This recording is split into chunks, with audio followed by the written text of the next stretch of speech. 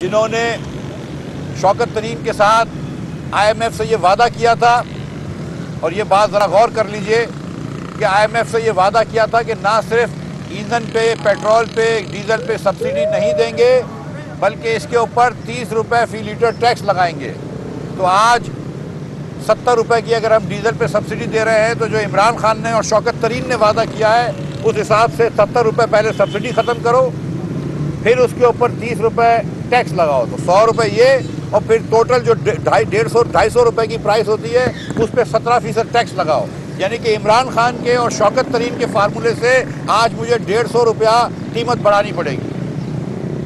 150 रुपया डीजल की कीमत बढ़ानी पड़ेगी आज मुझे, अगर मैं इमरान खान और शौकत तरीन का फार्मूला नहीं है, ये उन्होंने वादा किया है आईएमएफ से, ये मुआहिदा किया है आईएमएफ से। वो मुआहिदा जो इमरान खान और शौकत तरीन करके गए, उसके नतीजे में आज हम ये चीज़ें भुगत रहे हैं। इमरान खान और शौकत तरीन के मुकाफे के फार्मूले के तहत, उनके अहद के तहत, उनके वादे के तहत जो उन्होंने आईएमएफ से किया है, लिखा हुआ मुआहिदा किया है, उसके तहत 100 रुपये से ज़्यादा पेट्रोल की कीमत बढ़ने की है और 150 रुपये से ज़्यादा डीजल की कीमत बढ़ने की है। लेकिन मेरे वज़ीर आज़म ने यह कह दिया है कि इस कौम के लोग मुतहम्मिल नहीं हो सकते इस किस्म की प्राइस बढ़ाने पे।